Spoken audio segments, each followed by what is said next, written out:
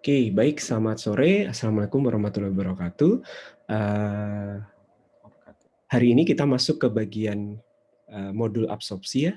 Jadi absorpsi ini beda dengan distilasi. Ini kita akan membahas terkait kesetimbangan gas cair atau dasar atau konsep dari absorpsi. Absorpsi ya pakai huruf B. Ini adalah konsep dasarnya adalah kesetimbangan gas cair. Jadi sebagai contoh, biasanya absorpsi ini digunakan untuk mengurangi atau mengambil satu jenis komponen yang ada di dalam gas, karena kalau komponen tersebut itu tetap ada pada gas tadi ketika nanti akan diolah lebih lanjut, itu komponen yang tidak dihilangkan tadi akan menimbulkan gangguan atau ya hambatan pada proses selanjutnya. Nah, contohnya CO2 ya. Jadi CO2 ini umum ada di gas alam atau natural gas. Konsentrasi CO2 di gas alam itu sekitar 8 sampai 14%. Kalau jadi ppm berapa? Ada yang langsung hafal? 8 sampai 14%. ppm itu part per million. Kalau persen ya 1/100. Jadi ini sekitar 80.000 sampai 140.000 ppm. Cukup besar ya kalau dalam ppm. Padahal kalau gas alam ini mau dicairkan kan berarti nanti dia harus diturunkan temperaturnya menjadi LNG. Ini kandungan CO2 maksimum yang bisa diterima di dalam gas tadi itu hanya 200 ppm. Bandingkan dengan yang ada gitu ya, 80.000 sampai 140.000. Nah, kenapa harus diturunkan? Karena kalau tidak diturunkan atau kalau tidak dihilangkan, konsentrasinya masih tinggi, ketika temperatur si CO2 ini menurun ya, karena gasnya mau dicairkan, ini CO2-nya bisa jadi padat. Nah, ini yang nanti akan mengganggu proses atau bahkan merusak unit operasinya. Ya, diturunkannya dengan cara apa? Nah, proses penghilangan gas CO2 dari gas alam ini umum dilakukan dengan proses absorpsi. Caranya bagaimana? Gas ini dikontakkan dengan suatu cairan. Yang umum dipakai sebetulnya bisa pakai air ya, air itu yang umum dipakai, atau nanti juga bisa pakai NaOH. Kemudian ada yang namanya larutan amina, monoetilen amin, dietilen amin, dan seterusnya. Nanti apa bedanya? Itu akan beda di proses bagaimana gas CO2 ini akan pindah dari fasa gas ke fasa cair. Ya, jadi dengan adanya kontak antara gas alam dengan cairan ini nanti gas itu akan pindah. Kenapa bisa pindah? Karena kenapa CO2-nya bisa pindah? Karena CO2 ini bisa melarut. Ya. Nah, peristiwanya itu yang namanya absorpsi. Ya. Di sini CO2 di dalam air itu sebetulnya wujudnya gas atau ya istilahnya dia larut di dalam cairan, kemudian karena kontaknya berjalan secara terus-menerus gitu ya, jadi nanti cairan itu akan mengambil CO2 yang ada di dalam gas. Nah, tadi sudah disebutkan, yang paling murah adalah air. Kalau Anda menggunakan atau Anda mengabsorpsi CO2 menggunakan air, maka si gas CO2 ini hanya akan pindah saja. Ini yang disebut dengan proses absorpsi fisik. Ya, tidak ada terjadi reaksi kimia apapun antara CO2 dengan air, tapi yang terjadi hanya si CO2-nya ini melarut. Nah, kelarutan itu dipengaruhi oleh apa? Masih ingat? Suhu, Pak. Apa? Terlalu Suhu. pelan suaranya. Dipengaruhi oleh Suhu. temperatur dan satu lagi temennya temperatur biasanya apa? Pressure. Kanan, Pak. Kanan, Pak. Kanan. Ya. Jadi nanti kalau absorpsinya itu hanya secara fisik saja, Anda mengatur temperatur dan tekanannya. Nah, kalau hanya menggunakan air, di mana proses pindahnya CO2 ini hanya secara fisik, kelarutan gas itu akan sangat kecil. Makanya ada yang namanya absorpsi kimia. Bedanya apa? Atau persamaannya dulu apa? Persamaannya adalah sama-sama CO2-nya ini pindah ke cairan dan sama-sama melarut. Tapi setelah melarut, pada absorpsi yang namanya absorpsi kimia ini, namanya absorpsi kimia ya, si CO2 ini akan bereaksi secara kimia dengan komponen yang ada di dalam larutan. Sehingga dia akan membentuk spesies atau senyawa baru gitu ya. Nah, ketika CO2-nya sudah bereaksi dengan senyawa yang ada di dalam larutan tadi, maka konsentrasi CO2 di dalam larutan itu akan berkurang, kan? Nah, karena akan berkurang, sementara senyawa kimia yang bisa bereaksi dengan CO2 itu masih tersisa, maka si CO2-nya masih bisa pindah dari gas ke cairan. Nah, sehingga kalau prosesnya adalah absorpsi kimia, yang menentukan itu nanti adalah jumlah atau konsentrasi senyawa kimia yang nanti digunakan untuk bereaksi dengan si CO2. Kebayang ya bedanya antara absorpsi fisik. Kalau absorpsi fisik ini hanya pindah saja karena memang kelarutan di cairan itu lebih besar. Dia punya kelarutan lebih besar di cairan, walaupun kelarutan di cairan ini secara value itu kecil. Ini akan sangat dipengaruhi oleh temperatur dan tekanan sistem. Sementara kalau absorpsi kimia, Anda bisa lebih banyak memindahkan CO2-nya dari gas ke cair. Karena CO2-nya bisa diikat dengan senyawa kimia yang ada di dalam larutan. Ya, komponennya pindah dari gas ke cair. Nah, di sini Anda masih ingat ya, jadi apa bedanya dengan distilasi? Kalau absorpsi itu kan kesetimbangan gas cair, kalau distilasi itu adalah uap cair.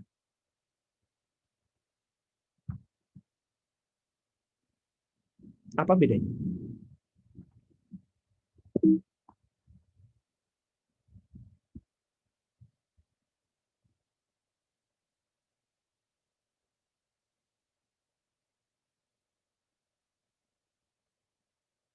Ada yang masih ingat? Jadi beda prinsip utamanya apa? Separating agent, Pak. Gimana? Beda di separating agent-nya. Ya, betul. Bagaimana bedanya? Kalau uap cair pakai perbedaan titik tidih, kalau gas cair ada cairan penyerap gitu, Pak. Ya, jadi kalau distilasi atau uap cair, separating agent-nya adalah energi, temperatur gitu ya. Jadi Anda menaikkan energi si komponen yang mau dipisahkan, nanti komponennya berubah, ada yang berubah menjadi uap karena temperaturnya naik, sehingga nanti ada spesi di dalam komponen tadi yang lebih suka untuk pindah ke uap. Sementara kalau yang diabsorpsi, di sini Anda memberikan separating agent-nya berupa suatu bahan tambahan. Ya, jadi di sini Anda ya walaupun nanti Anda tetap akan menggunakan temperatur dan tekanan ya, terutama untuk absorpsi fisik, tapi tidak setinggi ketika Anda menggunakan distilasi. Ya, tapi kekurangannya adalah Anda membutuhkan bahan tambahan, perlu chemical tambahan. Ya, kira-kira itu beda utamanya antara absorpsi dengan distilasi. Nah, lalu ini masih contohnya CO2 ya. Jadi kalau yang secara komersial itu kalau CO2 ini menggunakan absorpsi kimia. Tadi ada disebut ya, ada amina jenisnya juga macam-macam. Terus ada Na2 potasium karbonat, ada NaOH dan lain sebagainya. Nah, ya, jadi fungsinya adalah menurunkan CO2 yang ada di gasnya. Dipindahkan ke larutan atau cairan. Nah, kalau larutan atau cairan ini hanya sekali pakai, kan pastinya boros ya. Jadi biasanya proses absorpsi ini akan digabung atau dilengkapi juga dengan proses, kalau kebalikannya namanya apa? Ada yang tahu? Lawannya desorpsi, ya, atau sering juga disebut dengan stripping. Ya, kebalikannya kalau ini. Jadi yang kalau desorpsi atau stripping itu adalah proses di mana Anda ingin mengeluarkan komponen dari suatu cairan dengan cara dikontakkan dengan gas. Fungsinya buat apa? Biar cairannya ini nanti bisa dipakai lagi. Nah, kalau proses absorpsinya itu berdasarkan mekanisme absorpsi yang fisik saja, berarti kan tadi Anda mengatur P dan T ya. Kalau Anda hanya menggunakan absorpsi fisik, ya proses desorpsinya ya Anda tinggal mainkan temperatur dan tekanannya. Tapi kalau Anda menggunakan proses absorpsi yang kimiawi, nah ini ada yang perlu diperhatikan ya. Kalau absorpsinya berjalan secara kimiawi kan berarti kan ada reaksi kimia. Sementara larutannya perlu untuk diregenerasi atau dipakai lagi. Jadi biasanya kalau absorpsinya adalah kimia, itu proses kimianya biasanya adalah reaksi yang reversible. Ya kalau paham ya, kalau irreversible ya berarti nanti kan sudah setelah CO2 misalnya, CO2 bereaksi dengan zat kimia di larutan, sudah terikat, ya nanti CO2-nya tidak bisa dilepas lagi. Nah, jadi reaksinya harus reversible, tetap kondisinya akan berlawanan dengan saat absorpsi. Itu yang namanya proses stripping.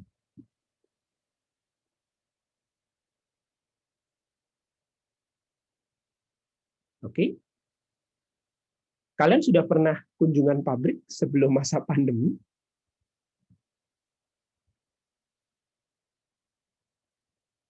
Apakah sudah ada yang pernah kunjungan pabrik? Pernah dengar istilah scrubbing atau scrubber? Ada yang sudah pernah dengar istilah ini?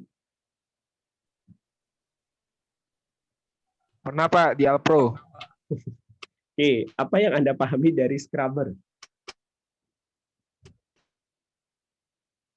Alpro apa sih peralatan? Oke. Pak. Ya, gimana?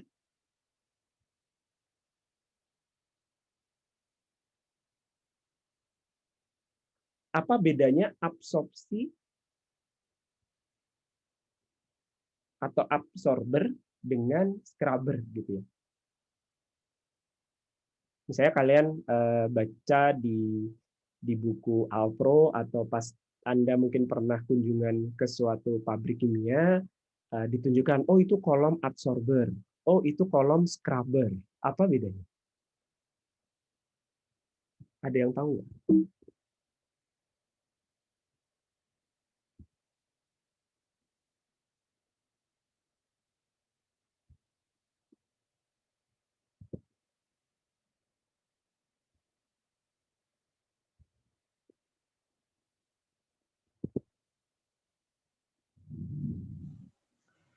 Pak, kalau setahu saya kalau scrubber itu yang dihilangin cairannya gitu, Pak. Saya pernah lihat kasusnya tuh kayak misalnya scrubbing buat gas alam yang masuk ke pabrik gitu, Pak, biar nggak banyak kondensatnya. Yang dihilangin cairannya, maksudnya gimana? Cairannya menghilang gitu. Enggak, kan biasanya kan ada gas sama kondensatnya bercampur gitu, Pak. Terus di Gas scrubbing biar sama nggak banyak. kondensatnya bercampur, oke. Oh, ini untuk memisahkan kondensat dari gas. Iya. Itu rasanya bukan scrubber deh.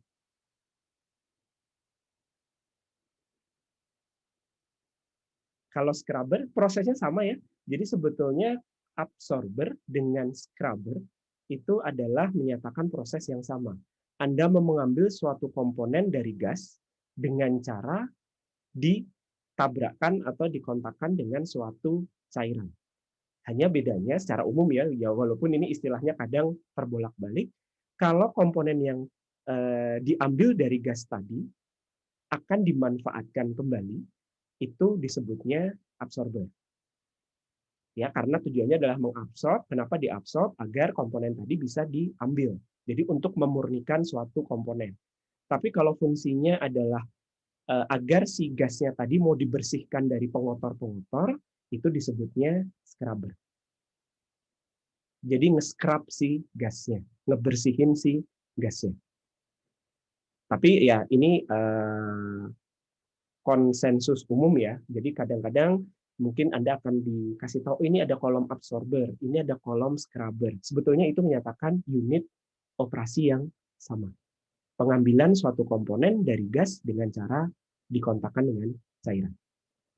Kebalikannya, desorber, tapi jarang dipakai, biasanya kolom stripper atau stripping. Itu adalah proses kebalikan dari si absorpsi. Oke, dari sini ada yang mau ditanyakan dulu?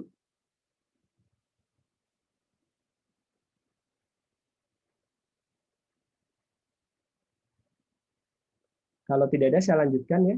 Nah, tadi sudah disebutkan ya, absorpsi itu bisa secara fisik, bisa secara kimia. Intinya sama, zat yang mau dipindahkan ini namanya adalah solut. Jadi solut itu adalah zat yang diambil dari gas. Sering juga disebut apa? Mungkin ada yang tahu? Karena prosesnya namanya absorpsi.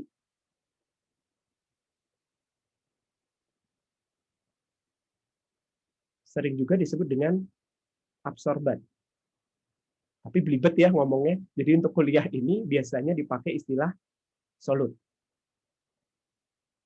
Ya, ini menyatakan komponen yang mau dipindahkan dari gas ke cair. Nah, nanti dia akan pindah ke cairan. Nah, cairan ini namanya solvent atau absorben, tapi juga jarang dipakai. Biar nggak bingung dengan adsorben. Jadi sering juga disebut dengan solvent. Solut akan pindah ke cairan. Kalau fisik dia akan terlarut saja. Kalau kimia berarti dia akan bereaksi. Itu prinsip utamanya. Nah, untuk kuliah ini kita hanya akan membahas absorpsi yang fisik. Karena yang berbasis kesetimbangan.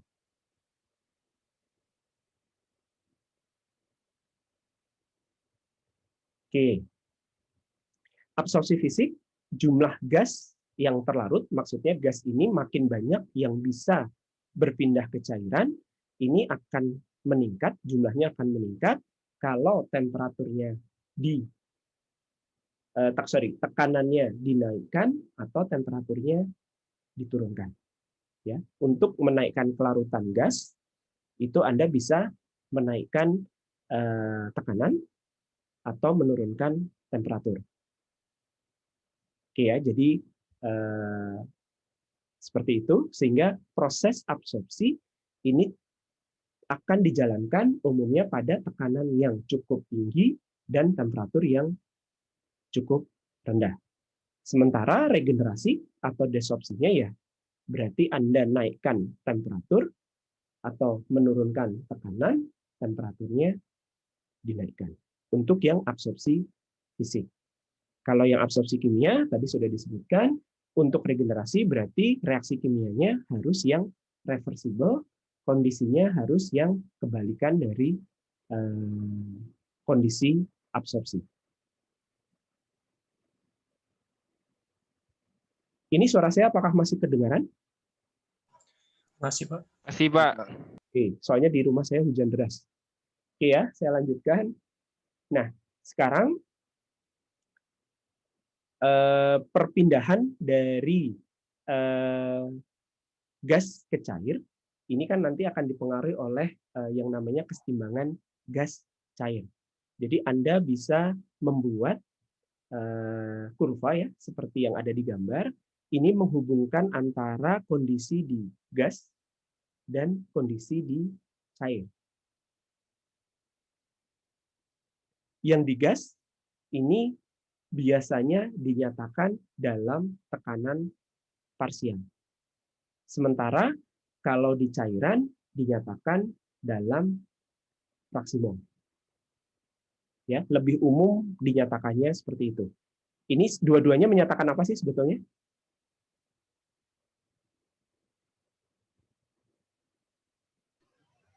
Tekanan parsial Pak. dan fraksi mol? Konsentrasi, Pak. Konsentrasi, ya betul. Ya, konsentrasi komponen A, atau kalau yang contoh tadi ya berarti konsentrasi komponen CO2. Di gas itu dinyatakan sebagai tekanan parsial CO2, di cairannya dinyatakan sebagai fraksi mol CO2. Nah, sekarang kalau digunakan suatu cairan tertentu gitu ya. Oke, ini ternyata contohnya adalah NH3. Di sini pada 30 derajat dan pada 10 derajat. Kurvanya beda. Apa yang bisa Anda amati dari dua kurva ini?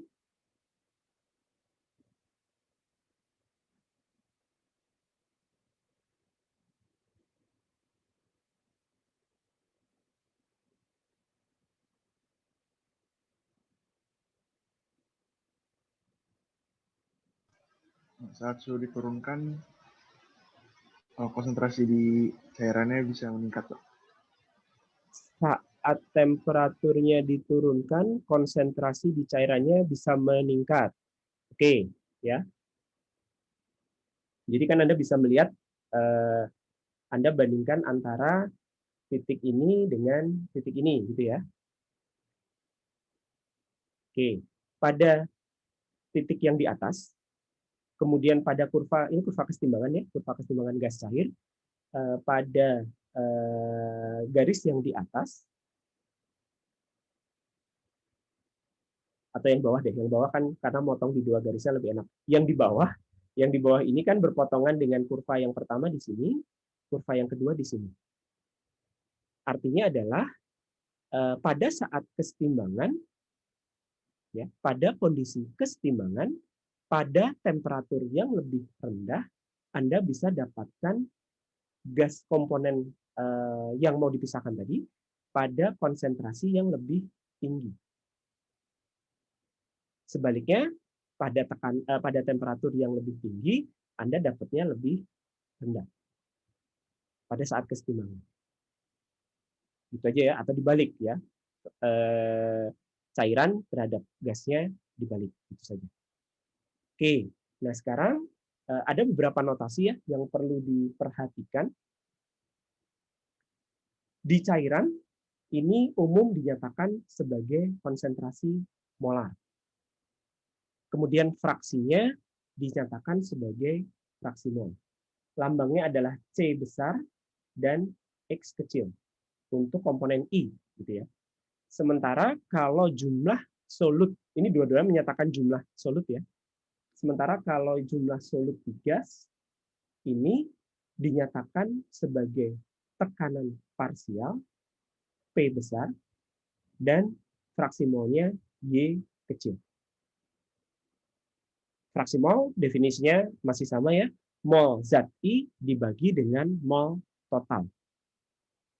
Mau yang di cairan maupun yang di gas definisinya sama.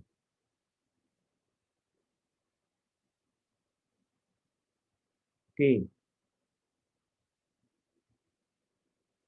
Nah sekarang absorpsi itu biasanya berlangsung atau berjalan pada kondisi konsentrasi yang rendah, kemudian kandungan zat solutnya ya, kandungan solut di dalam gas itu, maksudnya konsentrasi yang rendah ini gas yang mau konsentrasi komponen di dalam gas ya, ini sekitar 15 sampai 20% mol. Bandingkan dengan distilasi kemarin bisa sampai berapa? Di umpan, ini maksudnya umpan nih. Di soal ujian, berapa? Masih ingat?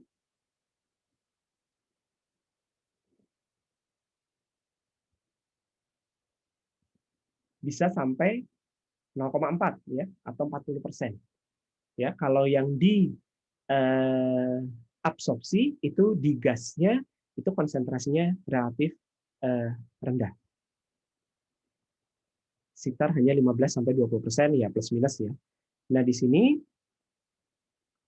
berlaku hubungan kesetimbangan ya, kurva kesetimbangan ini didapatnya dari persamaan Henry atau hukum Henry, bahwa tekanan parsial dari suatu komponen itu akan sebanding dengan fraksi mol X tadi apa? Di cairan. Hati-hati ya. Fraksi mol I, tekanan parsial I, fraksi mol I di cairan. Nah, kesebandingannya itu adalah konstanta Henry.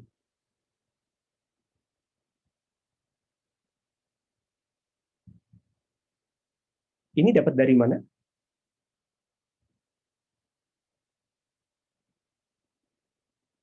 Anda pernah belajar konstanta Henry di mana? Termo, Pak.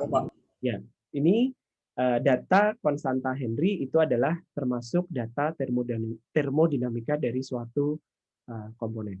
Ya, jadi kurva ini, kurva kesetimbangan ini Anda bisa buat dari konstanta Henry atau dari persamaan hukum Henry.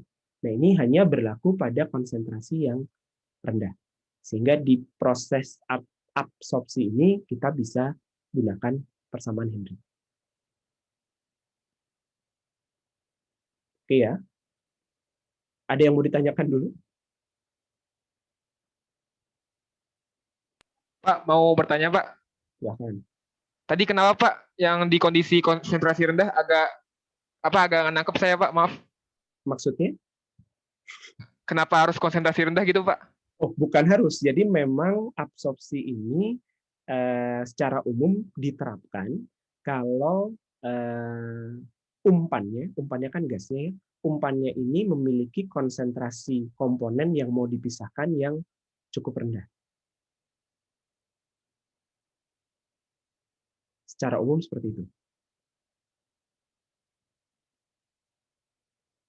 Kalau tinggi bisa atau tidak? Kalau tinggi sebetulnya bisa. Jadi kalau gas itu punya konsentrasi yang konsentrasi komponen yang konsentrasinya cukup tinggi gitu ya, lalu Anda mau ambil dengan proses absorpsi itu bisa, tapi biasanya ya ini akan sulit dalam kurva kesetimbangannya.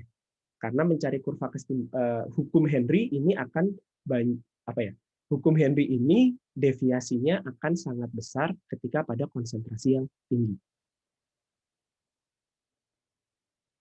Masih ingat nggak alasannya kenapa?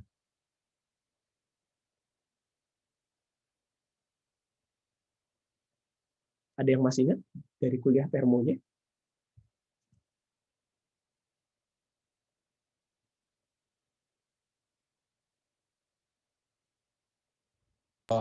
Interaksi antar molekul, Pak. Interaksi antar molekul. Terus dia akan menyebabkan, masih ingat hukum Raoult ya? Jadi ini ada hubungannya dengan hukum Raoult. Hukum Raoult juga campuran ideal itu juga akan lebih berlaku ya pada konsentrasi yang rendah. Sehingga tekanan parsial ini akan sebanding dengan konsentrasi atau fraksi mol dari komponen tadi. Nah, jadi masalahnya adalah ketika Anda mau menggunakan proses absorpsi, ini Anda butuh punya kurva kesetimbangan. Selain kurva operasi, nanti kita akan bahas kurva operasi di belakang. Nah, kurva kesetimbangan ini, asal ada datanya, nggak apa-apa. Jadi Anda sebetulnya bisa juga menggunakan absorpsi pada kondisi umpan yang konsentrasinya cukup tinggi. Asal kurva kesetimbangan untuk umpan komponen tadi, itu Anda punya. Tapi kalau tidak punya, itu biasanya Anda bisa buat dari persamaan Henry. Nah, persamaan Henry ini hanya berlaku pada konsentrasi rendah.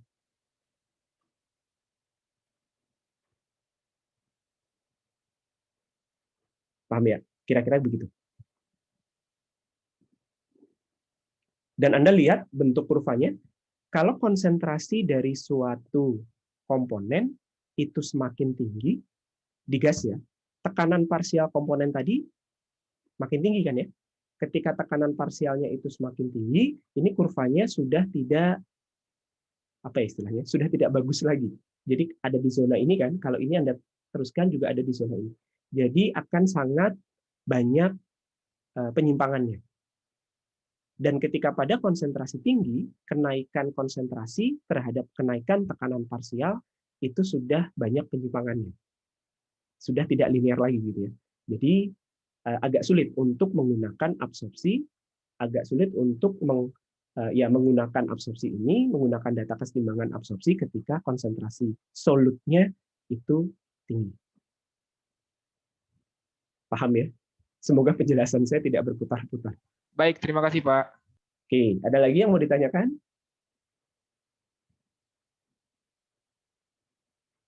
Kalau tidak ada, kita lanjut ke jenis hardware-nya. Jadi sebetulnya yang terpenting dari proses absorpsi, ya, absorpsi itu bisa berjalan dengan baik. Kira-kira apa syaratnya?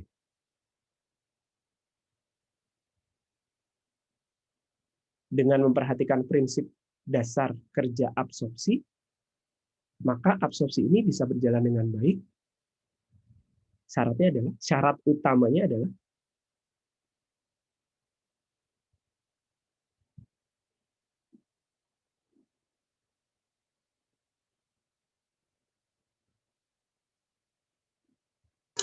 terjadi kontak antara gas dan cair, ya Pak? Ya, terjadi kontak yang baik antara gas dengan cair. Jadi sebetulnya prinsip hardware atau peralatan dari absorpsi itu adalah bagaimana Anda bisa mengkontakkan si gas dengan cairan itu secara baik atau optimum gitu ya. Jadi alatnya pun itu akan bekerja dengan prinsip itu. Ya. Kemudian ya secara alami gas ngalirnya dari bawah ke atas ya. Kemudian cairan itu dari atas ke bawah atau ini disebutnya dengan counter current. Masih ingat ya? Walaupun nanti memang ada beberapa alat absorpsi yang dioperasikannya co-current. Tapi secara alami biasanya dioperasikannya adalah counter current. Gas itu dari bawah dia akan ke atas, sementara cairannya itu dari atas akan ke bawah. Nah, bentuknya apa saja? Secara umum ada 3. Yang pertama itu adalah bubble column. Atau kolom gelembung. Kalau kolom gelembung, ya bentuknya sederhana saja ya.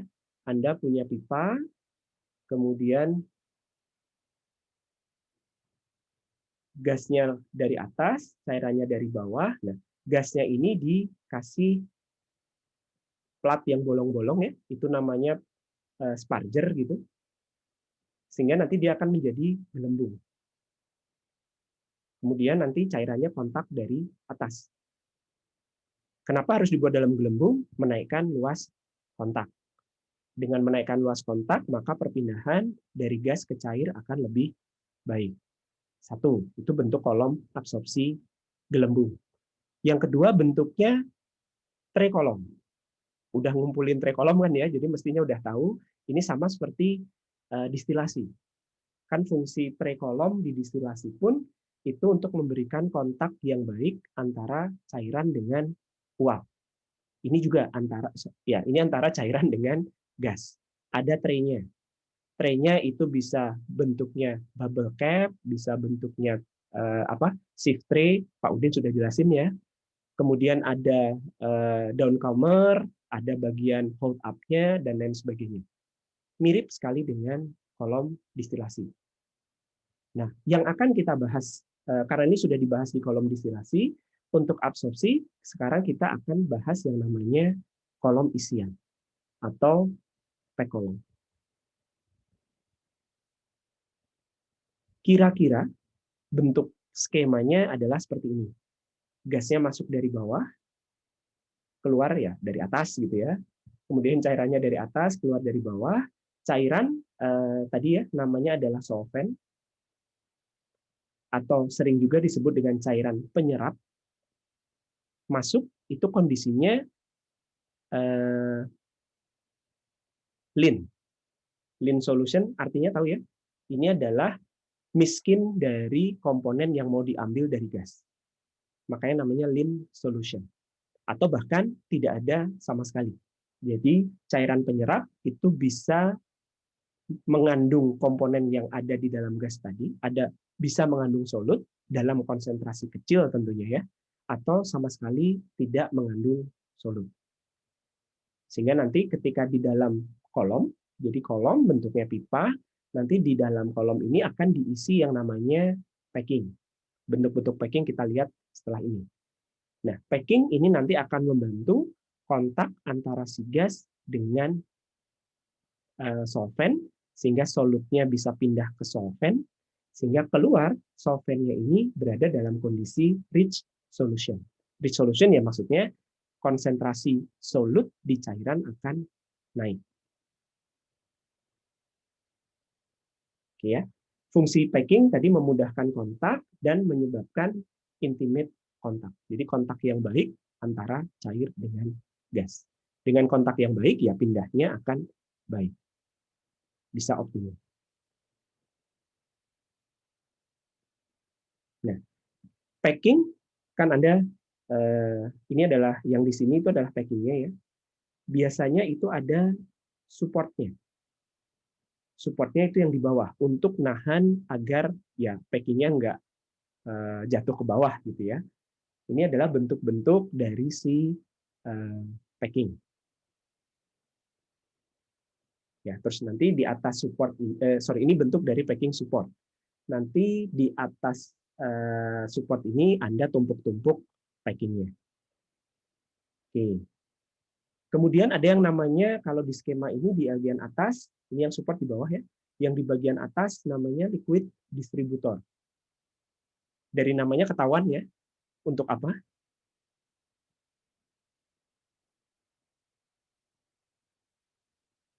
Liquid distributor. Untuk apa kira-kira? Menyebar cairannya, Pak.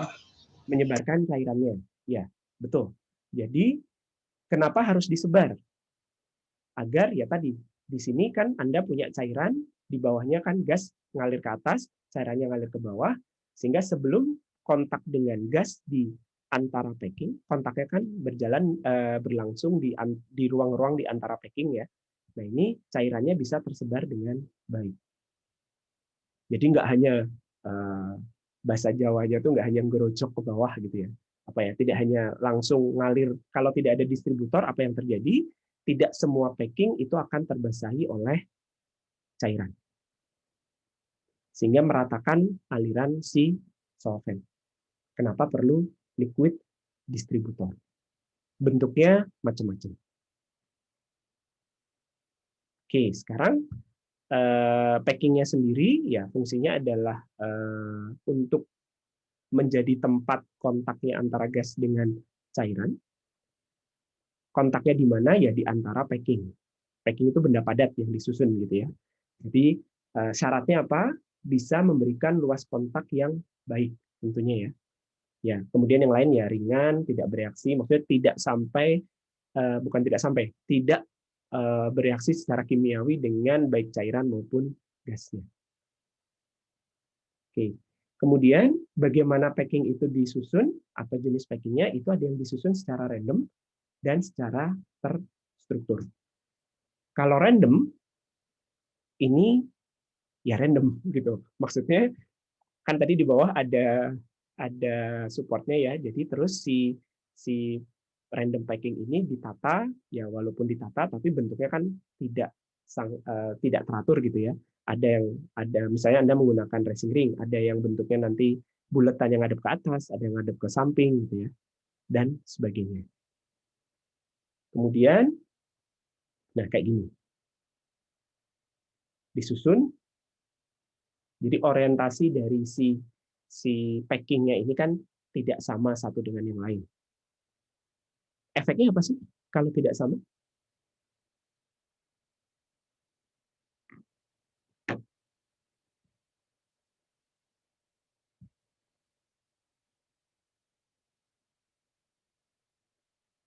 Kalau bentuknya begini, jadi nggak semuanya silindernya ngadep ke atas gitu ya.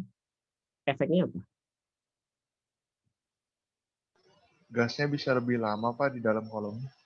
Gasnya lebih lama itu maksudnya gimana? Jadi laju naiknya lebih panjang gitu Pak. Lebih panjang Daripada kalau silindernya tegak doang. Oke, ya. Atau dengan kata lain, sebetulnya nanti kan di antara packing ini namanya apa? Ruang kosong di antara packing? Masih ingat? Di Apa? ujung? Void fraction gitu, Pak. Ya, void fraction, betul. Jadi void fraction-nya kan tidak akan seragam.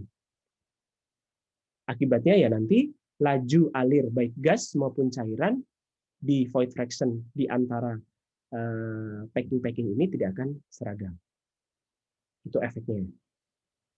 Kadang ada yang tadi ya disebut, ada yang lajunya jadi cepat karena void fraction-nya gede-gede gitu ya. Ada yang lajunya jadi lambat karena void fraction-nya kecil-kecil. Akibatnya apa? Akibatnya kontaknya itu tidak selalu homogen di semua bagian void fraction. Oke. Kebalikannya ada packing yang memang di precast gitu ya. Jadi dia dicetak dulu dengan sangat bagus, dengan sangat teratur, terus baru ditumpuk-tumpuk di dalam kolom. Ini yang namanya structured packing. Nah, kelebihannya ya tadi, kelebihannya pola aliran itu akan menjadi seragam, kontaknya itu akan menjadi seragam ya. Kalau bagus tidaknya nanti kan sebetulnya bergantung pada pola alirannya. Nah, kemudian tapi kekurangannya adalah lebih mahal.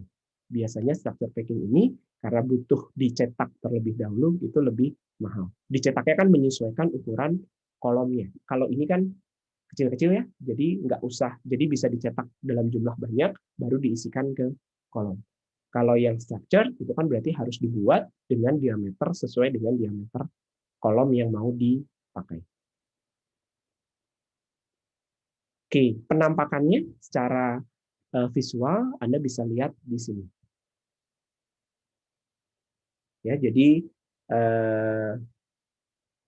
ini sebetulnya campuran ya. Yang di bawah itu contoh kalau menggunakan tray.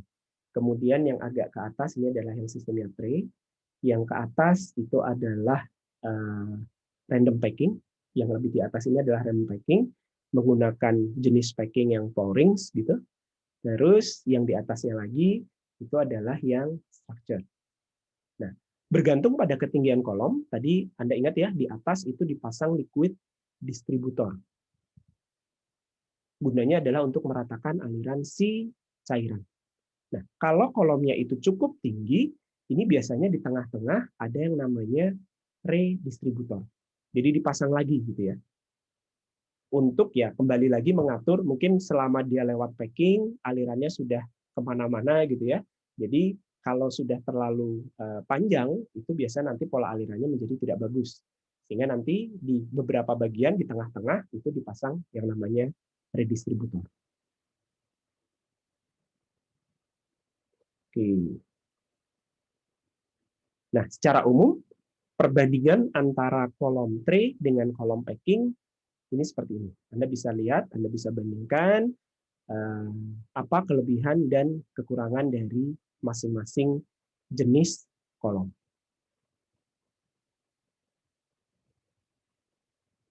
Oke, dari sini ada yang mau ditanyakan?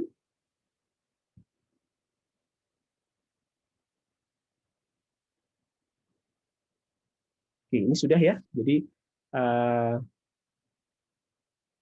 tadi ada istilahnya channeling, betul ya?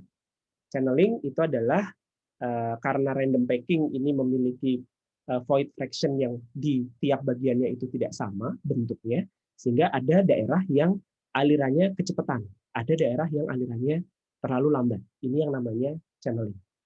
Efeknya apa? Ya kontaknya menjadi tidak bagus. Selain kontaknya tidak bagus, aliran itu yang menjadi polanya tidak bagus, sehingga tadi perlu tambah redistributor. Oke, dari sini dulu ada yang mau ditanyakan? Pak, tadi yang redistributor tuh buat apa ya dan kenapa ada tadi? Oke, Redistributor itu adalah untuk meratakan aliran si cairan. Jadi Anda bayangkan ya, cairan kan ya begitu ya bentuknya. Nah, ketika dia lewat distributor di atas, dia akan kayak di spray, kayak shower gitu ya. Di spray sehingga alirannya akan lebih luas, dia bisa mengalir ke semua bagian packing.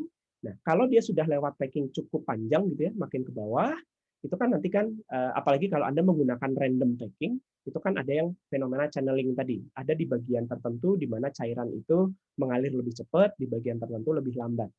Nah, kalau itu terus ke bawah panjang sekali, kan kontaknya makin tidak bagus. Sehingga di tengah-tengah diatur lagi dengan yang namanya redistributor. Jadi dia kayak dikumpulin di satu piping tertentu kecil gitu ya, lalu masuk ke redistributor, nanti dia nyebar lagi. Seperti itu. Jadi Baik, buat cairannya. Ada lagi? Pak mau bertanya Pak, Yuk. tadi yang di sini katanya ada parameter yang sukar diramal tuh apa ya Pak? Di mana? Di mana? Itu Pak, ini kiri tadi sebelumnya Pak, di tabel itu di perancangannya Pak, ada parameter yang sukar diramal itu apa ya Pak? Oke. Ini karena kalau Anda menggunakan ini kayaknya ya, nanti saya cek lagi deh. Ini lebih ke jumlah tahapnya. Jadi nanti ketika Anda merancang kolom absorpsi itu sama seperti merancang kolom distilasi. Jadi karena proses kontak itu kan berjalan kontinu ya dari satu bagian ke bagian yang lain.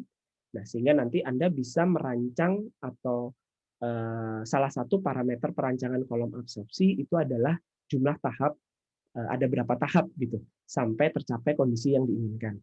Nah, kalau menggunakan tray itu akan lebih kelihatan tahapannya. Bangunnya pun akan lebih kelihatan. Anda hitung pakai metode tertentu, ketemu sekian tahap, kemudian sekian tahap ini ya secara real Anda bangun menjadi tray gitu kan. Sama seperti yang kolom distilasi. Nah, kalau yang packing, maaf, itu kan nanti Anda juga menghitung jumlah tahapan absorpsinya. Nah, tapi nanti tahapan absorpsi ini Anda konversi menjadi kira-kira untuk sekian tahap, ketinggian dari kolom packingnya sekian. Kalau packing kan Anda tidak secara benerannya, kolom aslinya itu kan bentuknya bukan tahapan-tahapan ya, tapi terus gitu. Nah, ini ada beberapa penyimpangan antara yang hasil perhitungan menentukan jumlah tahap packing kemudian menjadi bentuk kolom packing. Rasanya sih yang itu. Oh ya, makasih Pak. Oke. Ada lagi? Pak mau tanya Pak. Yuk. Ini kan berarti absorpsi itu bisa dilakukan di tray dan packing gitu kan Pak di dua kolom tersebut. Terus di sini aja kalau dilihat perbandingannya kalau pakai tray itu kayaknya lebih preferable gitu loh Pak. Terus kenapa masih ada kolom packing gitu? Apakah emang ada suatu komponen yang harus dilakukan proses pemisahannya itu di packing gitu Pak atau gimana? Oke, betul. Kalau ngelihat ini saja pasti milih tray, ya kan?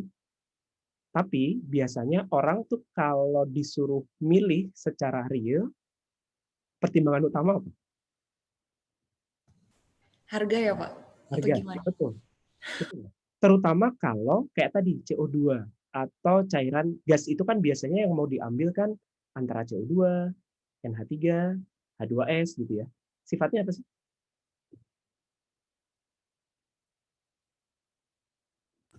Yang sudah belajar gitu ya? Kayak korosif gitu, Korosif, berbahaya. sangat-sangat korosif atau asam. Nah, sehingga kalau asam, kalau tray itu kan lebih permanen ya bentuknya. Nah, kalau Anda membuat kolomnya itu adalah kolom tray, sementara zatnya itu adalah zat yang korosif, berarti tray-nya harus Anda buat dari bahan yang tidak korosif. Dengan kata lain itu mahal. Sementara kalau pakai packing, ya udah kalau packingnya nanti rusak tinggal ambil. Ini khususnya untuk yang random packing ya. Kenapa kolom absorpsi itu lebih banyak menggunakan random packing dengan segala macam problemnya, tapi dia murah. Sehingga nanti kalau ya sudah tidak jalan dengan baik, ya udah kosongkan, isi dengan packing yang baru. Satu itu duitnya atau mahalnya itu terkait dari ya pembangunannya tadi. Konstruksinya akan lebih murah dengan packing kolom.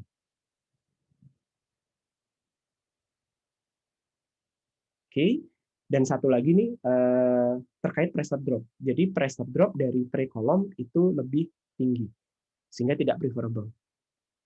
Sehingga lebih memilih menggunakan packing. Ujung-ujungnya ya tadi, duit, UUD. Oke, ada lagi? Oke, makasih Pak. Oke, ini sebetulnya waktunya sudah habis, tapi ada, tadi sebetulnya saya mau memutarkan video ya, tapi kayaknya waktunya tidak cukup. Silahkan kalian cek di Google Classroom, itu sudah ada beberapa link video untuk visualisasi packing kolom itu seperti apa, random packing seperti apa, structure packing seperti apa.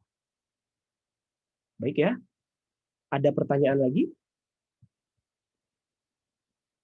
Kalau tidak ada, berarti kuliah hari ini saya cukupkan sekian. Untuk besok materinya kita rada pindah sedikit. Besok Bu Winnie akan menyajikan materi terkait penggunaan HISIS untuk membantu perancangan. Oke, terima kasih. Selamat sore. Assalamualaikum warahmatullahi wabarakatuh. Terima kasih, Pak. Sore, terima kasih, Pak. Terima kasih, Pak. Terima kasih Pak. Terima kasih, Pak.